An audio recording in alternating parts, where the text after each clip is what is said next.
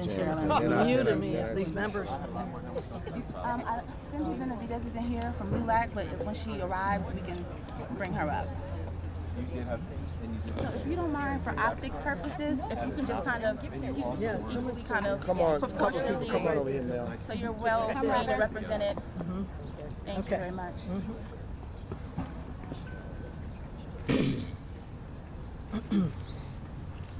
This morning you'll be hearing from leaders of various national civil rights groups about our outrage at the continuing family separation policies of this administration.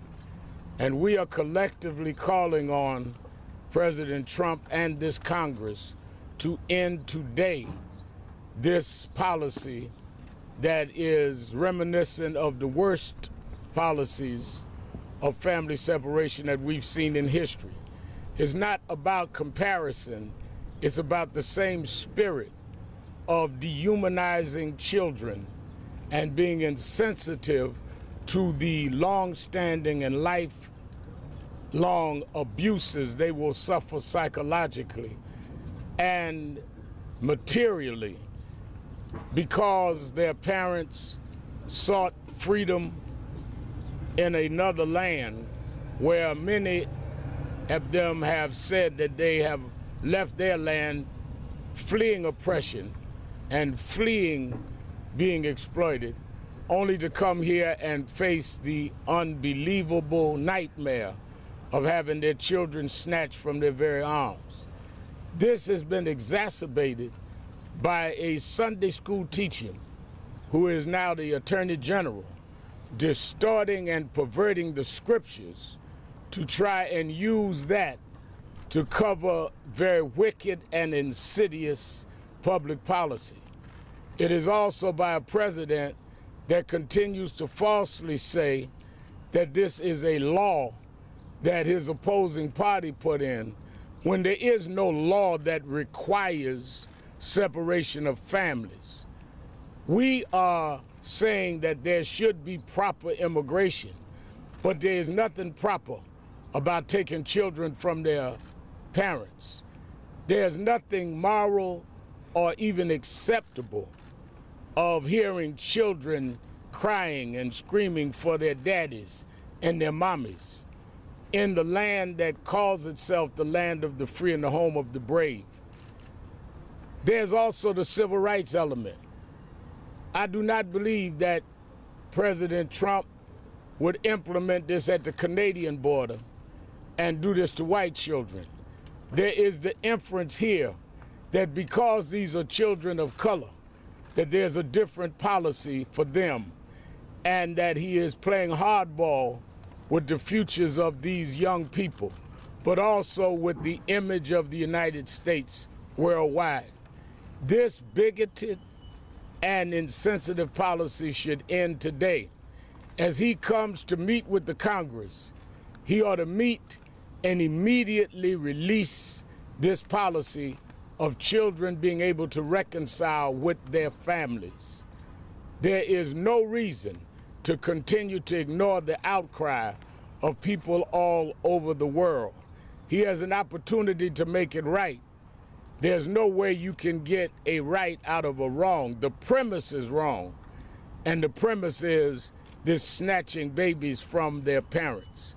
Some of us in the clergy, if that is not done, intends to go to Texas in the next 2 days to seek a clergy visit with some of these children. One, to give them comfort. Second, to make clear that the scriptures does not call for the condoning of this. And lastly, because we want the world to see that we have not lost our moral center and that there are still people of conscience. The same people that have represented the outcast and the unheard with our various civil rights organizations. Here's the cries of these babies, and here's the cries of those that are innocent children that have now been made to be alone, confused, and desperate, put in cages in some cases in a strange land. There's no way America should stand for that.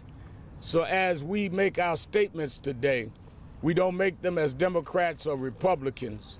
We don't make them as one that has a political pro or anti-Trump position.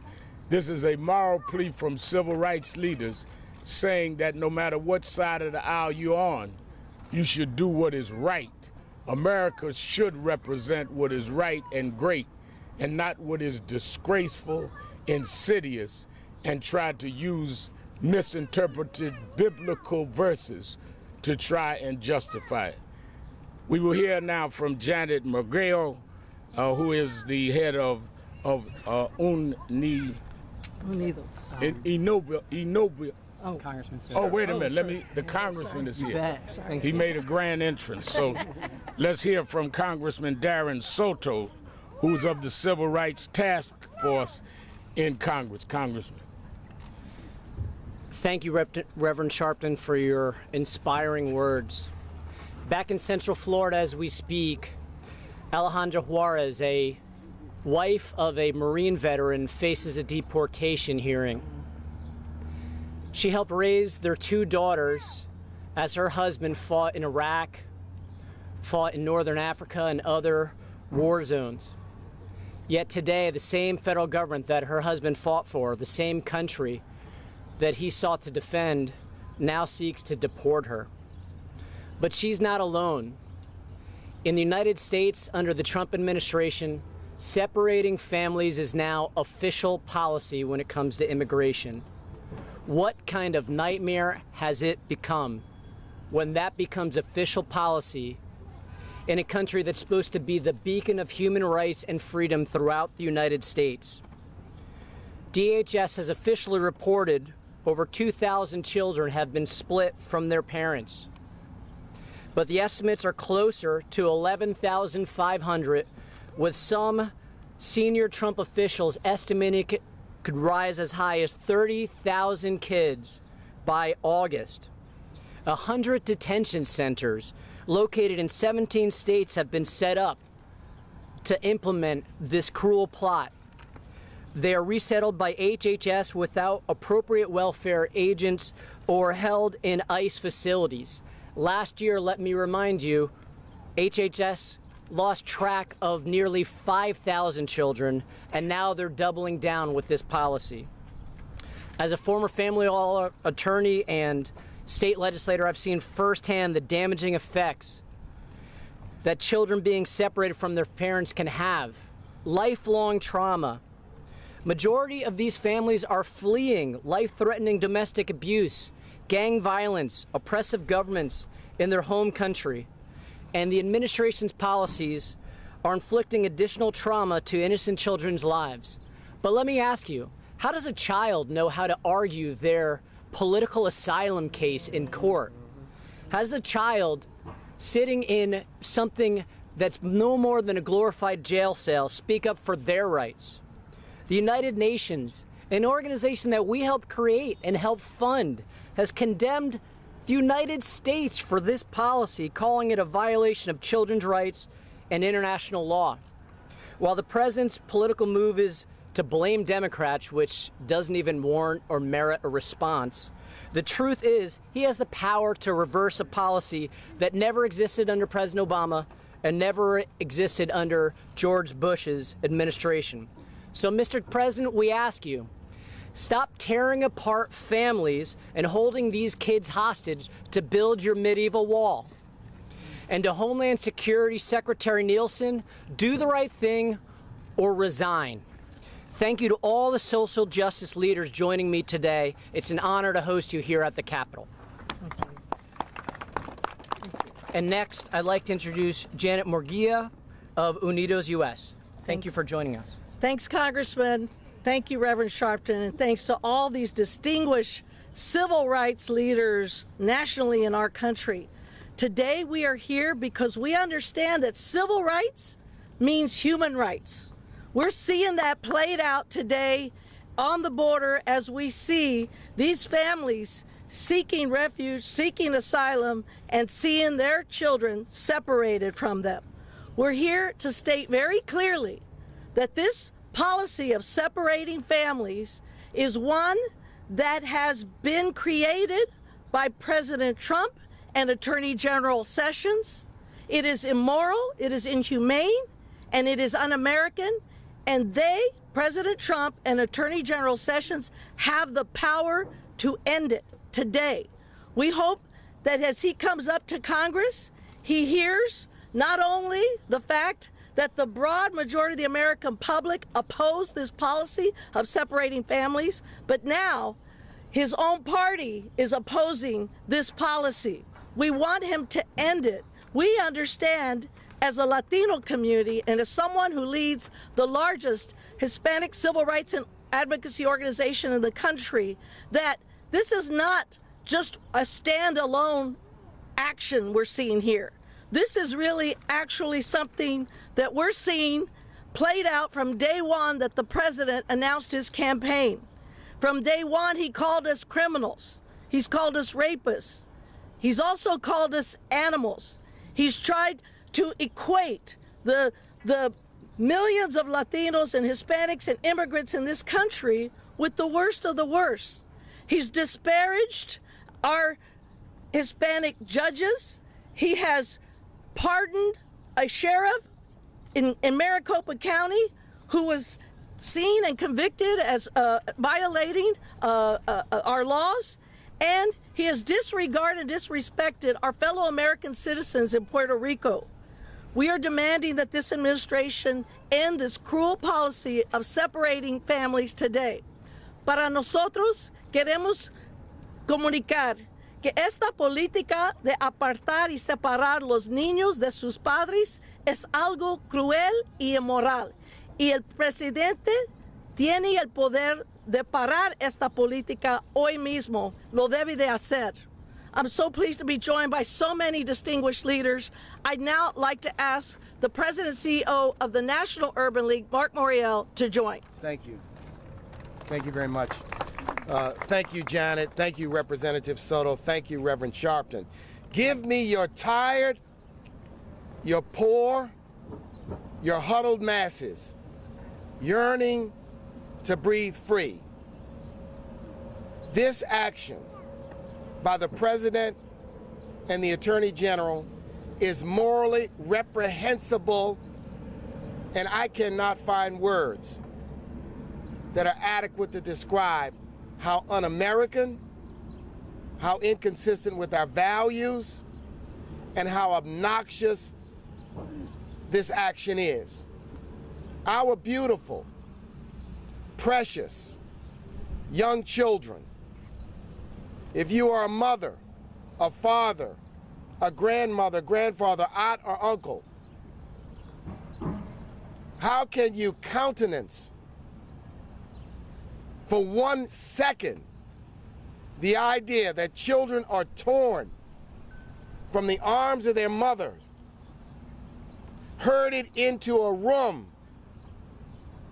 or into a facility, not like human beings, but like animals in 21st century America? We will not rest. We will not yield. We will not bend our knees. And we will not stop until this reprehensible policy is reversed. This pen we can deliver to 1600 Pennsylvania Avenue, because with the stroke of a pen, the President of the United States can reverse this policy. The gamesmanship, the distortion, the misrepresentations, the lying, the finger pointing, the leveraging has no place when it comes to the welfare and the well-being of the children who inhabit this incredible globe that we live on. So I stand, and we stand together in outrage and in indignation to say that this policy must stop. I echo what Janet said, that this is yet just another step in a hateful war that began when the president announced his candidacy for president. We stand for building bridges and not walls. We stand for uniting this nation, not dividing this nation. We stand to affirm and protect the children, whether they are our children by blood or by ethnicity, because all children are our children. So we stand together today, and we will not rest and we will not yield until this despicable policy is reversed. Thank you. It is my duty and my honor to introduce Sherrilyn Ifill, the President and Director-Counsel of the NAACP Legal Defense Fund. Sherrilyn? Thank you. I want to first of all thank Representative Soto and Reverend Al and the extraordinary leadership of Janet Murguía for bringing us together today to address this important issue. The partnership you see displayed here is critical to the response to the crisis we're all witnessing at the southern border of the United States. So here we are, 500 days into the Trump administration, and each day has brought a new statement, action, or policy that is disturbing to all of us who care about the rule of law and the protection of civil rights in this country. But there are few things more appalling, more immoral, and frankly evil than this administration's policy to separate children from their families seeking refuge and asylum in this country at the southern border. It's critical, as Janet said earlier, that we remind ourselves of the larger context in which this action takes place, to remember the president continuously demonstrating his low regard for the rule of law, his endorsement of racist, white nationalist, and xenophobic thinking and commentary, the fact that he and his Attorney General, Jeff Sessions, have made every effort to roll back hard-fought civil rights and voting rights protections, the continuation of dehumanizing language against African Americans, against Latinos, against immigrants to this country.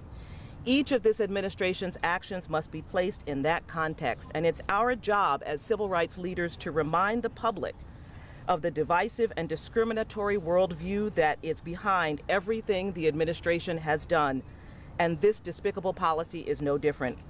Indeed, the worldview that Mr. Trump has expressed lies at the heart of this unacceptable policy.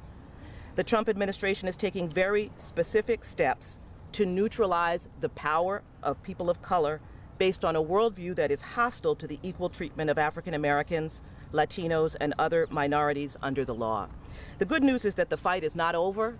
LDF joined the Leadership Conference and many other organizations in a letter to President Trump urging him to reverse this horrific policy. And he can do it. Do not be fooled by arguments that the law prevents the administration from taking action. For the last 2 years, we have watched President Trump enjoy with relish affixing his signature to any number of executive orders, beginning with the Muslim ban. He has taken delight in acting unilaterally. He has said that he and he alone can solve the nation's immigration problems. And yet, when we ask him to step forward and take executive action as the leader of this country to protect children who are screaming for their parents, to remove America from this cloud of immorality, this embarrassment of the lack of humanity, suddenly he is unable to act. Well, the president will not act, but we have a co-equal branch of government that also can act. And so today, the NAACP Legal Defense Fund, who I represent, the nation's oldest legal organization fighting for racial justice, asks, demands that Congress do its job. It can do its job in several ways. First, there is a piece of legislation, Keep Families Together Act, sponsored by Senator Dianne Feinstein. Today, every Democratic senator has signed on to this piece of legislation. No Republican senators have. Although many Republican senators have spoken out against this separation policy, we need them to put their money where their mouth is, and we need them to agree to co-sponsor, to sign on to this legislation that will end this policy because the president will not act. Congress has one other critical power that we demand that they exercise, oversight power. This administration has tried to disgrace this country, to confuse the public, and to disrespect the intelligence of the public by speaking out of both sides of its mouth. Yesterday morning, Secretary of Homeland Security Kirstjen Nielsen said that there was no policy to separate families. In the afternoon, she took to the White House briefing room and offered an impassioned 40-minute explanation of this policy and why this policy is being executed. Attorney General Jeff Sessions has made clear that it is a policy. He's made clear that he believes it is a policy that is designed to deter immigration. Chief of Staff John Kelly has said the same. We demand that Congress call for immediate oversight hearings, not separate oversight hearings. We need Attorney General Sessions sitting at the table next to Homeland Security Secretary Kirstjen Nielsen. Let's hear them talk together. Let's hear them explain what is the policy. Let's hear them explain how they justify this action. And we need an oversight hearing of the Department of Health and Human Services. We want to know, where are the children, how are they being treated, and what is the plan to reunite them with their families. I speak not of the unaccompanied minors, who are older children who arrived at the border on their own. I speak of the children, the babies taken from their mother's arms, removed from their fathers, taken from their mother's breast. I speak of the children who remain in this country after their parents have been deported. We have a right to know where those children are, the exact location, how they are being cared for, ensuring that they have an opportunity to communicate with their parents, and the plan for reuniting these young minors with their parents. This is something that Congress can and must do. I was asked this morning, how soon could this happen? It could happen as soon as Congress decides it should happen. If Secretary Nielsen could fly from New Orleans yesterday to save Sarah Sanders at a White House briefing and press conference, then she can she needn't fly, take a cab right over here to Capitol Hill and testify before Congress and explain herself under oath. This should not be governance by tweet. This is real. This is about the life and futures of children, but this is also about the soul of this country. And that soul is in peril because of this immoral policy. I thank all of my colleagues for standing together, for recognizing that this implicates us all, no matter whose children are implicated by this, for recognizing that we stand for civil rights and for human rights.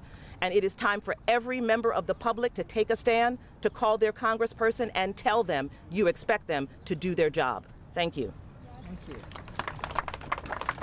And now I would like to introduce someone who has been really leading on this issue and whose voice is so necessary at this moment, and that is the President and CEO of the Leadership Conference on Civil Rights, Vanita Gupta. Thank you, and thank you to all my colleagues who are leaders and really the moral conscience of this country. Thank you to Reverend Sharpton and Janet Murguía for bringing us together. I'm Vanita Gupta, President and CEO of the Leadership Conference on Civil and Human Rights. It's a coalition of more than 200 national organizations working to build an America as good as its ideals. I'm here this morning because the Trump administration has abandoned our nation's highest values of justice, fairness, inclusion, to advance a cruel, inhumane, and barbaric agenda of tearing children apart from their families. I cannot get the sounds of those children crying that was released yesterday out of my head because they were torn away from their mothers and fathers. And when Congress has their oversight hearing with the officials that Sherrilyn described, every official from Kirstjen Nielsen to Jeff Sessions should be made to listen to that tape and tell us whether children should actually be pawns in this country. Last month, Attorney General Jeff Sessions, and Jeff Sessions, I will tell you, has taken, it's the one cabinet agency that is named after a value, the Department of Justice. He has removed justice from the value that governs his leadership. He announced a change in policy that is wreaking havoc on thousands of young children and families. And let's be clear about who is causing this devastation. It is President Trump. He made this decision, and he can end it today. But instead, Trump is meeting with House Republicans to whip two anti-immigrant partisan bills that would tear even more families apart, both at the border and in communities across America. These bills have one thing in common, and they build up Trump's deportation machine. The American people will not be fooled. This latest cold-blooded tactic of family separation follows what this president has been doing since he announced his candidacy to immigrant families and to black families and to Latino families. And sadly, it echoes some of our nation's most tragic chapters, from slavery to the assimilation policies forced upon Native American families and Japanese internment during World War II. Separating families from their parents traumatizes families. I know I represented immigrant children in detention facilities in Texas, and the trauma that they experienced is a lifelong scar. This undermines our nation's once honored commitment to ensuring fairness and protection for those fleeing persecution. Family separation disgraces America's founding principles, and it won't stand if people of conscience will be together and join together to refuse to accept it. Speaker Paul Ryan claims that he has a moderate legislative fix, but don't buy what he's trying to sell. Ryan is moving forward with an extreme bill that will not end the separation of families. For some children, it could actually mean prolonged incarceration and lower standards of care. The Ryan bill would also make it easier to deport vulnerable children seeking asylum back to the terror and violence that they risk their lives to escape. Congress has to reject this approach. Now is the time to show bipartisan leadership. Where are the Republicans on this? Now is the time to protect the values of fairness, equality, and inclusion. We need action. President Trump must end his cruel policy of separating children from their parents and stop packing the courts with criminal cases, and he should do this today. Our coalition calls on Congress to demand that President Trump end this inhumane practice and stand with all immigrants. This is a moral issue. Our elected officials must recognize their own humanity and stop using young people as pawns like they have with Dreamers and other immigrant communities in a cynical political game. We have to demand that they do this. Today at noon, there will be an impromptu protest outside of the Justice Department to protest Trump and Sessions' actions. And if you're as outraged as I am proud to say that the Leadership Conference, Representative Jayapal, Representative Soto, and other members of Congress and many, many other civil and human rights organizations are planning a mass mobilization on Saturday, June 30th, to demand an end to the Trump administration's hateful policies of forced family separation. This is no time to sit on the sidelines. Meet us here in Washington or join a local rally near you. Raise your voice and fight for justice and for decency and for the very soul of our nation, which is profoundly what is at stake. We will not rest until there's justice. Thank you. I'd now like to introduce Jonathan Greenblatt, who is the head of the ADL, the Anti-Defamation League. Thank you, Vanita. I want to thank Reverend Al and Janet Murguía for helping to organize this event today, and I want to thank all of my colleagues for coming out. For those who don't know, the Anti-Defamation League, or the ADL, was founded in 1913 with the mission to stop the defamation of the Jewish people and secure justice and fair treatment to all. And I stand here today because what we are seeing is injustice, plain and simple.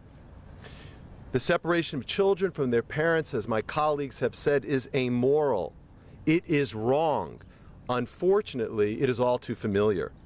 Too many in the Jewish community have experienced what it means to be a refugee, including my grandfather, including my wife, including my family. We know far too well how hard it is to pick up and flee another country and ask for refuge from violence, from persecution, and from fear. All of us can agree that the process of processing and granting asylum, or not, must be orderly. But it also must be humane. And as a father, as a dad, I can't imagine anything worse than having one's child torn from their arms. And as a Jewish American, I am horrified by the echoes of this policy with our own people's history. Promising a bath or a shower as a ruse to separate families. Treating small children like common criminals, locking them up in cages at a warehouse-converted border detention facility, opening tent cities to house migrant children, denying them the love and support of their parents. In the face of this horror, nearly 3,000 children forcibly separated from their parents by our government, we cannot look away, and we will not look away. We cannot become numb to what is happening. We will elevate the stories of these families suffering unimaginable trauma, and we will make sure that the country pays attention in the midst of this moral crisis. And that is why we are here today. We are here to say that this must stop now. We are here to invoke that adage, as they say, of never again. Those families, those children escaping persecution and violence, seeking a better life in these United States, only to have their families torn apart, again, we cannot and will not look away or go numb. We will fight for them every step of the way. Because tearing apart these families does nothing, no matter what you hear, to make our country safer. Instead, it is a betrayal of our country. It is an attack on our value, and it diminishes us all. We should listen to the outcries of protest from religious leaders of all faiths, from political leaders like the First Lady herself. And look at this group here today. We come from many backgrounds, and sometimes we disagree with each other, but we will stand together in the face of a clear injustice. Make no mistake. We will not allow this administration's cruel policies to tarnish our country. The Attorney General, the Secretary of Homeland Security, they have the power to stop this crisis, and we will not let up. We will not give in until they do. They will stop the family separations and allow the immigrants the right to seek safety and asylum without fear for their children, without being them taken from them as cruel punishment. As long as this president, as long as this administration tears apart immigrant families, whether it's at the border or through arrests and detentions all over the country, whether it snatches them in schools or courthouses or other public places, please know that the ADL stands with our civil rights here colleagues today.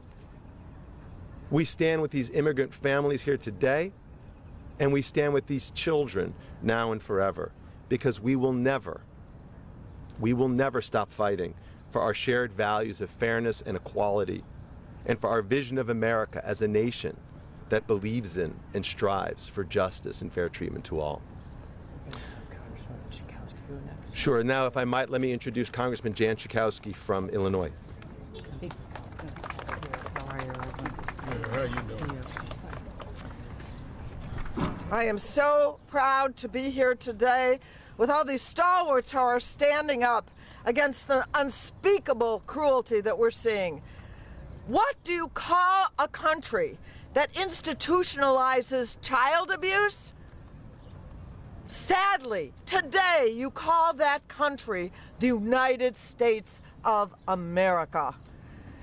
I am the daughter, the proud daughter of immigrant parents, and this is what America is about. It is a country that is made by and for immigrants. And the Trump administration is trying to redefine what America is. They took the words, "We are a country of immigrants," out of the mission statement of the Immigration and Naturalization Service.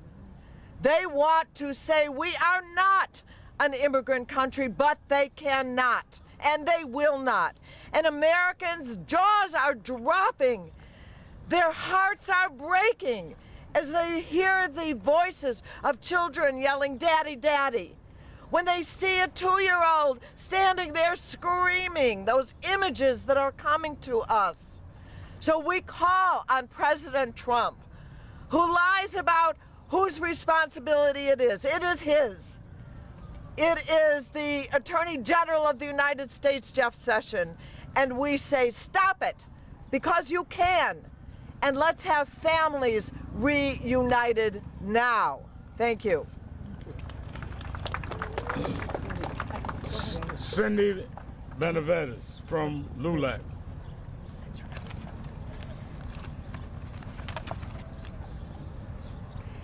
Good afternoon. Buenas tardes. Over 30 years ago, my mother left Honduras with my 2-year-old brother and her 1-year-old daughter, me. I was the age of my daughter, America, at the time when I came to the U.S. She left because she simply wanted safety and a chance for her children to live. When Border Patrol officers stopped her, she was allowed to keep us with her. The time when family unity was viewed as sacred marked a period when the U.S. acknowledged the humanity in all individuals, regardless of their background. Due to this administration's zero-tolerance policy, 2,000 children have been taken away from their parents in a 43-day window. President Trump, you are using our babies and our children as hostages.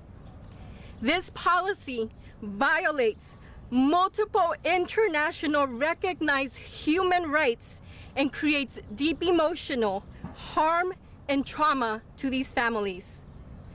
The affected human beings are parents seeking asylum and legal humanitarian protection in the U.S. Your administration's zero-tolerance policy means that often migrants are deported before ever being allowed to apply for asylum. This policy is your choice, Mr. President, one that is literally torturing small children.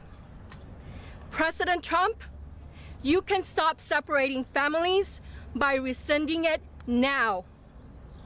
No laws say that we have to separate families at the border.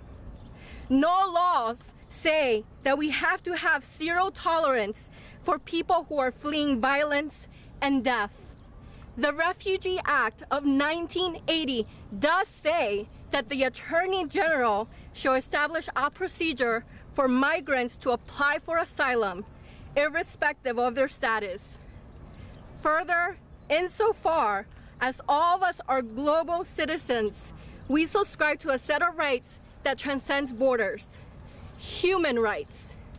Article 3 of the UN's Universal Declaration of Human Rights says that the right to life, liberty, and personal security knows no borders. Article 5 says that the right to freedom from torture and degrading treatment knows no borders. President Trump, in the land of the free, this needs to be recognized, or else we disgrace our nation and degrade the value of our commonly shared humanity. I invite you, President Trump, to stand with your fellow humans and recognize this humanitarian crisis for the apolitical situation it truly should be. Rescind this policy now. For those watching at home, we need your help to keep families united. Indifference is a killer. Text UNITED to 52886 to send a message to your member of Congress to keep families together. Text 52886 to keep families together. We are bearing witness to the dehumanization of an entire population, and we must act even if getting involved inconveniences us by disrupting our normal routines. Failing to do so effectively denies the humanity of these families. Text UNITED to 52886. I'm going to end with a story. Earlier this month, while traveling from San Antonio, I saw 4 mothers at the airport who had been detained for the last 3 months for crossing the border without documentation.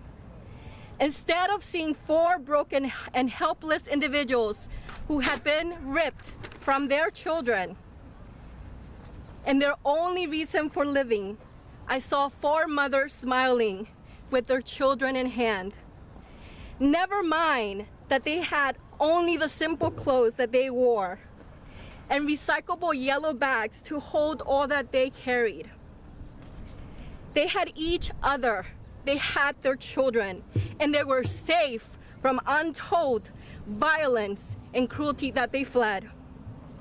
And so I ask my fellow neighbors and Americans, at night, when these mothers put their children to bed and turn off the lights, and their children say, "Mommy, I'm scared," they can say, Mommy is here.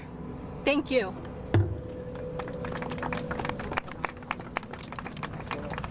Melanie Campbell of Black Women's Roundtable.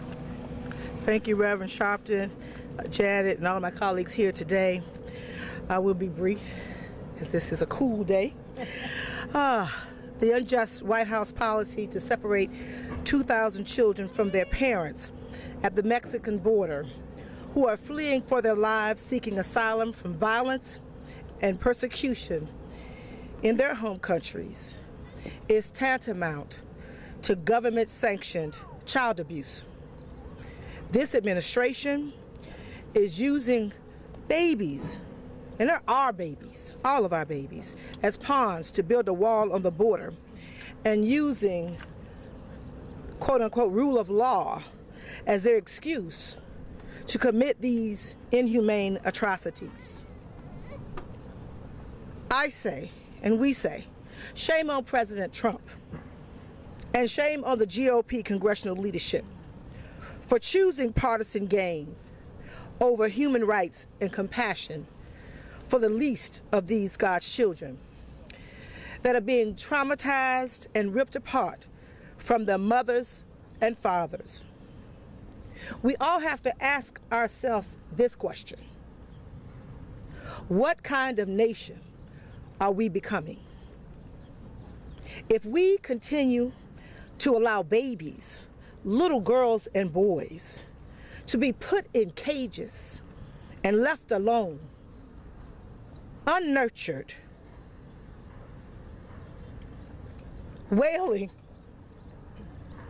and crying themselves to sleep at night, we have to ask ourselves, what kind of nation are we becoming? We must all speak up and challenge these immoral acts by our government. God is not pleased, and voters of good conscience will remember this in November. Thank you. Kristen, Clarke, President and Executive Director of the Lawyers Committee on Civil Rights. Good morning. We are here today, united Black, brown, white, Christian, Jewish, and Muslim, to speak out against one of the greatest humanitarian and political crises of our time. Holding children hostage in concentration camps is the new political bargaining chip of this administration, and it is unconscionable. We've all seen the reports of the children being held behind chain-linked cages, forced to sleep on cold floors, draped in a single tinfoil blanket, fed an apple a day and a few cups of water. Teenagers feeding babies. Make no mistake, as Melanie noted, this is government-sanctioned child abuse. Despite the president's claims, separating immigrant families is not mandated by the law. This is the result of this administration's own intentional and callous action, a policy announced by Attorney General Jeff Sessions. This action has undermined our country's standing on the world stage and invited condemnation from every corner of this country and every corner of the globe. Countries like El Salvador, Guatemala, and Honduras are facing a surge of violence, pushing those most vulnerable to seek asylum here in the U.S. And instead of extending a hand to those most vulnerable, women and children forced to leave their homes, our Attorney General continues his attack on immigrants, reversing a ruling by an immigration court that makes it more difficult for those who seek asylum here to claim fears of domestic abuse or gang violence as legitimate reasons to gain entry into the U.S. When Sessions cites the Bible as an attempt to justify this immoral and humanitarian crisis, we are reminded that this isn't the first time that this country has deployed religion to rationalize and promote the spread of evil. The Bible has been exploited to justify slavery, attacks on the LGBTQ community, and white supremacy. Attorney General Jeff Sessions has once again made clear the bias and hostility that informs his outlook on the law. He is incapable of carrying out his duties fairly and with independence. Now's the time for all Americans to speak out. As Dr. Martin Luther King Jr. said, the silence of the good people is more dangerous than the brutality of the bad people. We call on the Senate to act now to rein in this administration's outrageous, unlawful, and inhumane conduct. It's time to stop tweeting and time to act. The apathy and silence of our elected officials is deafening, and those who choose to acquiesce from fear of losing their base or fear of retaliation by a presidential tweet are complicit and must be held accountable. When we reflect on this moment in time, will this Congress be remembered as a passive witness to a humanitarian crisis? Now is not the time for inaction. To those in Congress who choose politics over morality, be willing to live with the incalculable damage your silence will cause a generation of children. Thank you. Let me acknowledge with us, who are standing with us from the National Center for Transgender Equality, Myra Kessling. Let me acknowledge Dr. E. Faye Williams of the National Congress of Black Women and Reverend Andrea Alexander of the National Council of Churches. Let me say that we, again, stand collectively, we stand firmly, and let me make a personal note to Attorney General Sessions, who makes such a case about his being a Sunday school teacher and a practicing Christian. Don't quote the Bible, read the Bible. There was a baby 2,000 years ago who an angel, according to the scripture, told his father Joseph that you should flee because they're going to try and kill the baby. Joseph got Mary, his wife, and the baby and fled to Egypt. He was a refugee because he was seeking refuge in Egypt. The reason I stand here, Attorney General Sessions, is I believe in a refugee from Bethlehem. So I cannot look on the inhumanity to refugees from Mexico. I'm just glad that they didn't have someone in Egypt that was Trump-like, that snatched Jesus from Mary's arms. Amen. We'll take 2 or 3 questions. Can I just mention something? Well, folks are asking questions. I just wanted to note, it's pretty hot here today, right? Imagine that you were hundreds or thousands of children. Imagine you were in a tent. Imagine you were 45 minutes outside of El Paso, Texas. You don't have to imagine that. That's happening right now.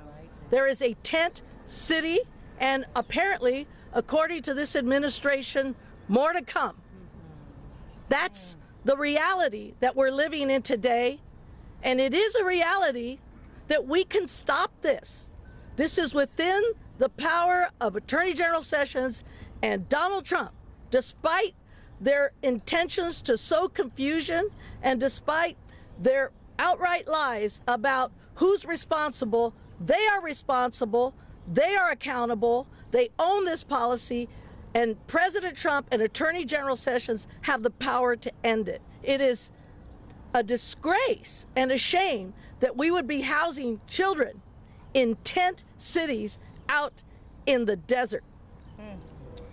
Thank you to all our social justice leaders for being here today. This concludes the press conference, but I'm sure everybody will be available for questions. Thank you, Congressman Soto. Thank you. Thanks so much. Thank you. Thank you. Thank you. Appreciate it. And you're talking to Juan Sanchez out there? Are you going to get to? I think so. We're working it out.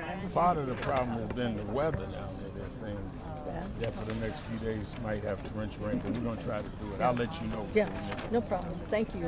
Appreciate you doing this. Thanks a lot. Hi, Reverend. I have a quick question. You said something about this proposal you're going through in Texas soon. Are you going with them?